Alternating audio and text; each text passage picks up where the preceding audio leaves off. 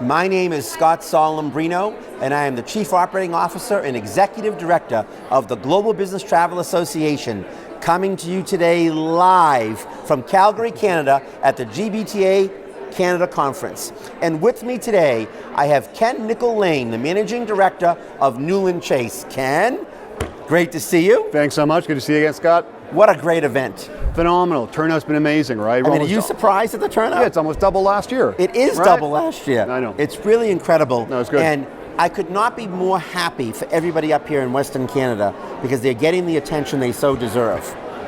Deserved for years. I mean, really, it's wonderful. So let's talk a little bit about what you're doing here. There's an awful lot of talk about immigration these days between countries within all of our industry. What are you telling your customer base that they should expect in the coming months on immigration-related issues? You know, I think a continuation of the same trends, right? So I think what you're going to be seeing globally is a continued hardening of most borders, right? So as we've seen inbound US, continued challenges, right? And nothing that's easily predictable, other than knowing it's not going to get easier. The contrast to that is Canada, because we keep on coming up with newer programs to facilitate that and frankly take advantage of what's happening elsewhere around the globe and helping companies bring their business to us. I was so disappointed when I got it. I didn't get a stamp when I got in. It was all electronic. I wanted a stamp. But that's the way of the world, right? So visas are moving more and more electronic. Passports are going the same way, and you're seeing that, and that's probably one of the brighter spots, is that you're seeing more of that activity, right? It was very easy and convenient, I have to tell you. When you walked in, you pushed 3 buttons and you were in.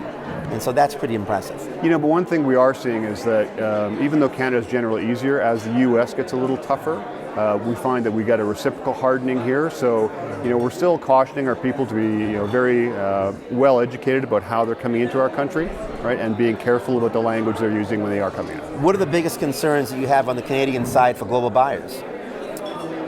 I would say it's really the inconsistency and the lack of education, right? And there's the ongoing gap between the travel side and the HR side, right? And travelers not necessarily knowing the language they should be using when they're coming in. Are you coming in as a business visitor, really, or are you coming in to do work? And understanding how to manage that language when you're coming in so you don't get flagged and denied, right? So those are the key pieces. I was prepped, education. And they said, just say you're attending a conference. And that's great for us, right? I mean, I by the way, travel no one too. asked. Yeah. So it didn't really matter anyway.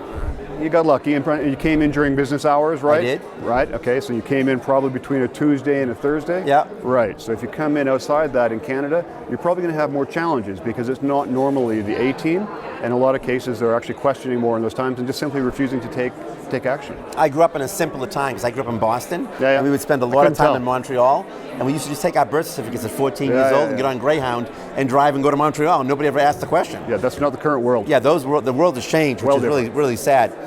When you look at the global workforce and talent mobility, where's the biggest opportunity lie in the coming years? I mean, that's an interesting problem, right? Yeah.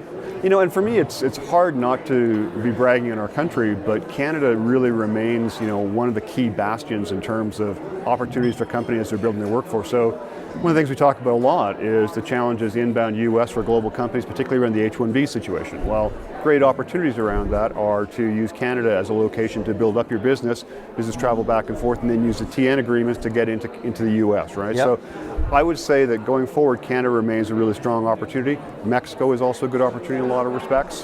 There's a few other jurisdictions around the world that are useful, but you've also got challenges increasing with the US. That's not going away. You're going to see challenges in the European Union. Brexit is an ongoing concern. Although, wait and watch. The word today was they had a fix. We'll see what happens with the vote, right? Yeah, let's see what happens. It goes up, it goes down. Yeah. It's a problem for everybody in the global travel sector, clearly. When you think about what the buyers should be worried about right now, what do you think their biggest issue should be for them as buyers, trying to keep people traveling?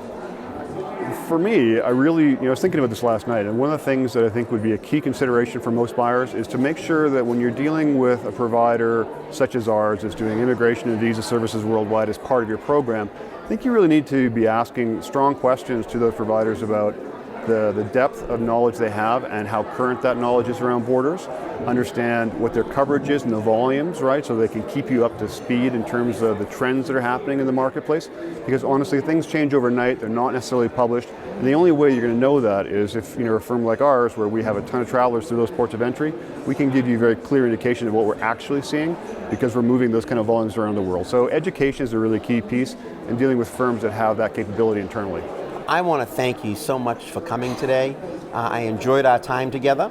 As did I. My name is Scott Solombrino, and I'm here broadcasting live from GBTA Calgary. Thank you. Hope to see you soon.